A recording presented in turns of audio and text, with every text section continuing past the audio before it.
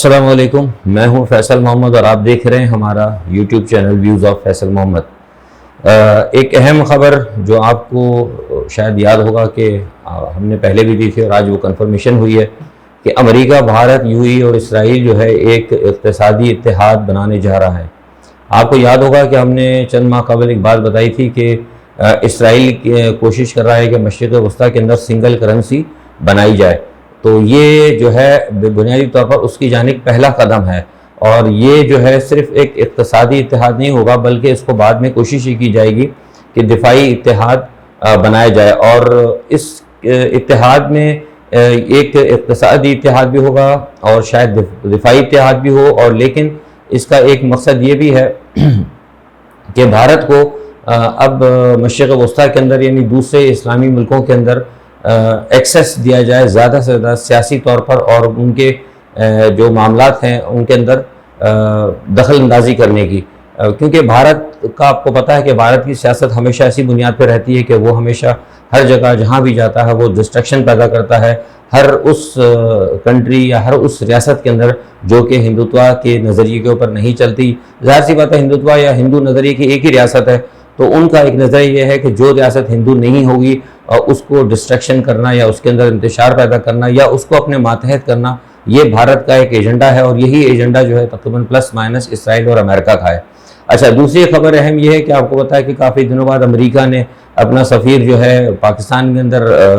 بھیجا ہے، ڈونلڈ بلوم کو سفیر نامزد کیا گیا ہے۔ اتفاق کی بات ہے کہ ہمارا کبھی بھی ڈونلڈ بلوم سے ہمارا یا ہمارے جو براہ راست جو ہم جن کے ساتھ کام کرتے ہیں جو بھی ادارے ہیں ہمارا اتفاقاً کبھی ان کے ساتھ کوئی رابطہ نہیں ہوا، نہ میں نے کبھی ذاتی طور پر کبھی ان سے کوئی ملاقات کی، لیکن اتنا میں ضرور کہوں گا کہ میرا تجربہ ہے کہ جن ملکوں میں اب تک مسٹر ڈونلڈ بلوم کی نامزدگی ہوئی ان تمام ملکوں کے اندر انتشار ہی پیدا ہوا ہے، اور وہاں جو دیکھ لیں آپ جہاں جہاں یہ رہے ہیں، ماں سوائے کویت کے اندر بھی آپ دیکھیں حالات بہت خراب ہوئے ہیں، لیکن جہاں جہاں یہ رہے ہیں وہاں پہ انتشار پیدا ہوا ہے، تو میں سمجھتا ہوں کہ وہ یہاں جو لائے جا رہے ہیں تو یہاں بھی آ کر وہ کوئی انتشار ہی کی صورت پیدا کریں گے۔ اچھا، ایک اور خبر یہ ہے کہ آپ کو ہم نے بتایا تھا ماسکو کانفرنس کے حوالے سے، ماسکو کانفرنس کے اندر یہ کہ 10 ممالک نے شرکت کی تھی، اور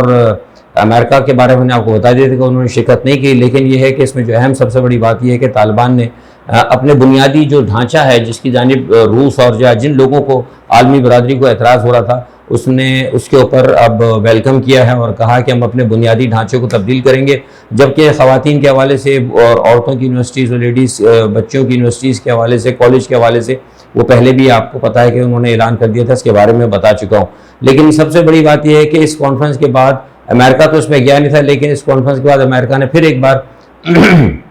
معاف کیجیے گا اس بات کا اندیا دیا ہے کہ وہ افغانستان کے 10 ارب ڈالر جو ہے نہیں کرے گا، ریلیز نہیں کرے گا۔ اچھا، دوسری ایک بات اب میں تھوڑا سا پاکستان کی طرف آ جاتا ہوں۔ اہم جو ہے اس وقت جو ڈیولپمنٹس ہو رہی، بہت سارے لوگوں نے مجھ سے یہ پوچھا تھا کہ امریکن جو ناظم الامور ہے وہ کیوں مطلب سیاسی نمائندوں سے مل رہی ہیں، بعد میں انہوں نے آرمی چیف سے ملاقات کی، تو میں نے اپنے گزشتہ ویلاگ میں کہا تھا کہ ہمیں کچھ تو پتہ ہے، لیکن جب تک میں کسی چیز کی تحقیق نہیں ہوتی ہے ہمارے سفارتی ذرائع سے میں اس وقت تک کوئی جواب نہیں دیتا۔ تو اب وہ یہ پتہ یہ لگا ہے کہ اصل میں بنیادی طور پر انہوں نے دو ایجنڈے کے اوپر بات کی تھی، جو انہوں نے خیر مختلف لوگ کہہ رہے ہیں، مختلف جو ہیں ویلاگرز بھی ہیں، بڑے بڑے سینئر تجزیہ نگار ہیں، ان کی اپنی خبریں ہوں گی، لیکن ہمارا جو سفارتی جو ہے ذرائع معاف کیجیے گا آج میرا گلا خراب ہے، تھوڑی سی مجھے کچھ تکلیف بھی ہے گلے میں، تو انہوں نے ہمیں یہ بتایا ہے کہ بنیادی طور پر 2 چیزوں پہ بات ہوئی تھی۔ انہوں نے شہباز گروپ سے بھی بات کی تھی اور نواز گروپ سے بھی بات کی ہے، امریکن ناظم الامور نے، اور دوسرے سیاستدانوں سے بھی بات کی ہے، اور انہوں نے صرف ایک 1 پوائنٹ ایجنڈا یہ دیا ہے کہ آپ لوگ اتحاد کریں، کیونکہ انہوں نے یہ کہا ہے مسلم لیگ نواز والوں کے دونوں گروپوں سے کہ اگر آپ منقسم ہو کے رہیں گے، اگر آپ متفق نہیں ہوں گے، متحد نہیں ہوں گے، تو پھر وہ جو امریکہ کا جو بھی ایجنڈا ہے یا جو بھی اپنے ایجنٹس کے ذریعے وہ جن ریاستوں کے اندر اپنے مفادات کی تکمیل کرنا چاہتا ہے، وہ کہتا ہے، ان کا کہنا ہے کہ اگر آپ گروپوں میں بٹے ہوئیں گے تو ہمیں آپ کو فیڈ کرنا یا آپ کو جو بھی کہتے ہیں فیڈ ہی کرنا زیادہ بہتر ہے، میں سمجھتا ہوں کہ آپ کے منہ میں الفاظ ڈالنا یا آپ سے کام لینا سلیس اردو میں ہمارے لیے مشکل ہوگا۔ تو بنیادی طور پر یہ کہ آپ لوگ متحد ہوں اور کسی بھی 1 پوائنٹ ایجنڈے پہ متحد ہوں، اور 1 پوائنٹ ایجنڈا ہے وہ یہی ہوگا کہ جو امریکہ کا ایجنڈا ہے اب میں اس پہ زیادہ بات نہیں کروں گا، سب کو پتا ہے کہ حکومت کو گرانا ہے اور بہت سارے معاملات ہیں، تو سارے اس بات کے اوپر انہوں نے تمام لوگوں سے بات کی اور ان کو یہی کہا ہے، ایک ہی پیغام دیا ہے کہ وہ امریکہ کے ایجنڈے کو یا جو کچھ امریکہ چاہتا ہے پاکستان کے اندر، جو امریکہ کے سیاسی مفادات ہیں یا جو بھی امریکہ کے آبجیکٹو ہیں پاکستان کے اندر، وہ آپ جو ہے اس طرح تقسیم ہو کر آپ نہیں لے سکتے کہ شہباز گروپ علیحدہ ہو، نواز گروپ علیحدہ ہو، قاف لیگ علیحدہ ہو۔ آپ کسی ایک پوائنٹ 1 پوائنٹ ایجنڈے کے اوپر متفق ہوں اور وہ 1 پوائنٹ ایجنڈا وہ ہوگا جو امریکہ ان کو دے گا۔ تو بنیادی طور پر یہ بات کی گئی تھی اور اسی بنیاد کے اوپر اور بہرحال اور اسی پس منظر کے اندر پھر ان کی آرمی چیف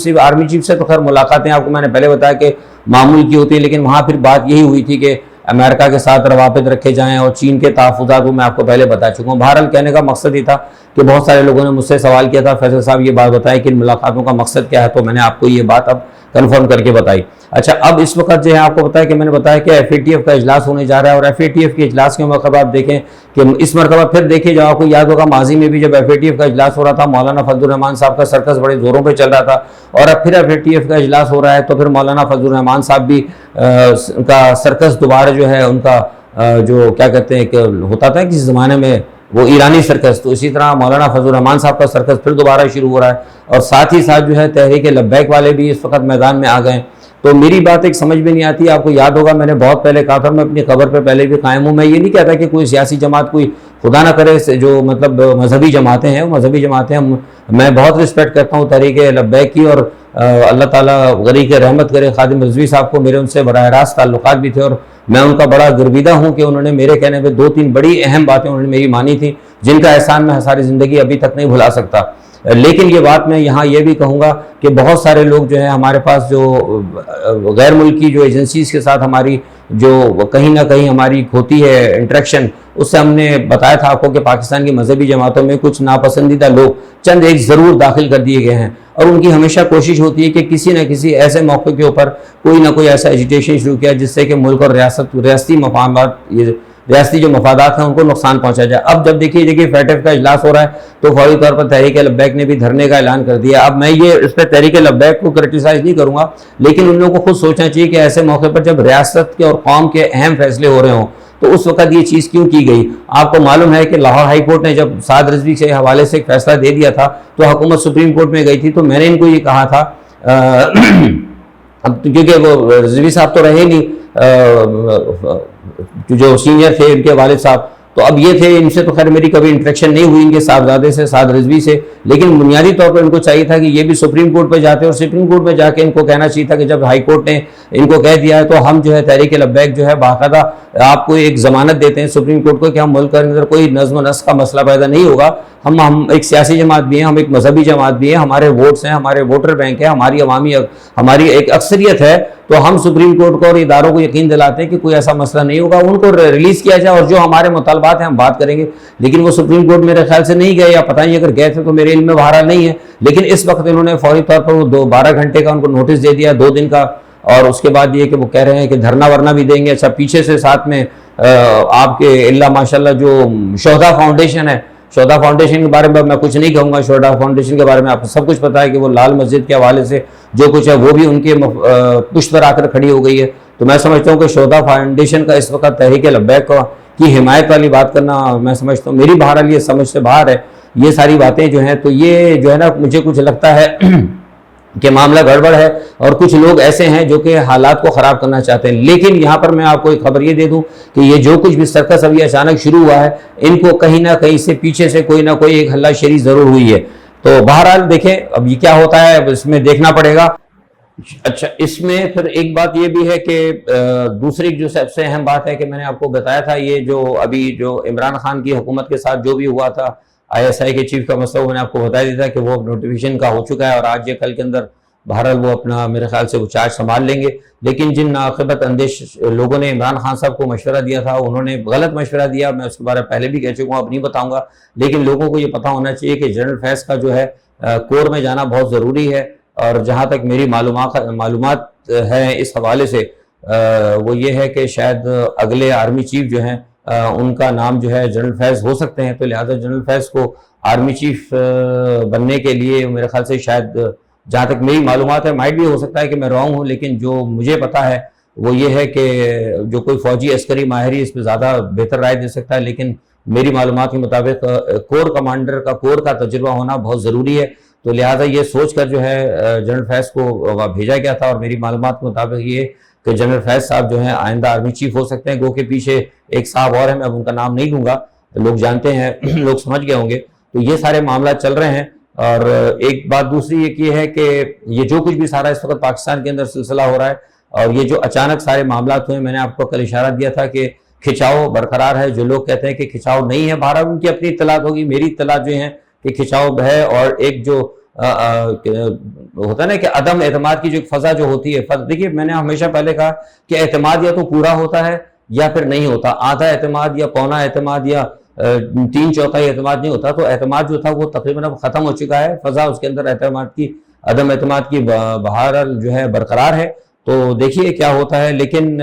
یہ سارے معاملات کو دیکھتے ہوئے جو اچانک آپ دیکھیں حکومت کے خلاف جو چیزیں شروع ہوئی ہیں، سپریم کورٹ نے بھی ابھی کہہ دیا ہے کہ جناب وہ جو بلدیاتی انتخابات جو اگر نہیں ہوئے ہیں اس کو کیوں روکا گیا، اس کے بارے میں بھی وہ انہوں نے کہا کہ ہم سخت اس کے اوپر وہ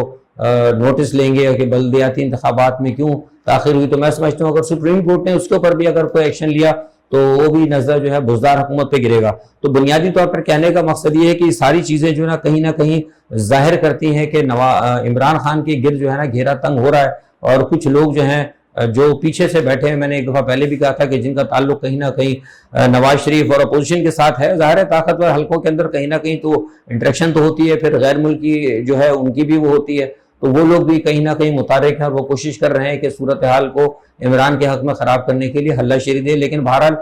کپتان نے بھی کہا ہے کہ وہ مقابلہ کریں گے، لیکن اگر مقابلہ کرنا ہے کریں، اچھی بات ہے، لیکن سب سے پہلے اگر عمران خان اگر مہنگائی کو اگر کنٹرول کرنے کی کوشش کریں اور مہنگائی کے حوالے سے اگر کچھ کام کرے تو میں سمجھتا ہوں کہ پھر ان کو کسی حد تک سارے معاملات پر قابو پانے میں مدد ملے گی۔ اور اس کے ساتھ ہی میں آپ سے اجازت چاہتا ہوں، اپنا بہت خیال رکھیے گا، کل تک انشاءاللہ پھر آپ سے دوبارہ اس معاملے پہ کوئی ضرور تجزیہ دوں گا، تب تک اللہ حافظ۔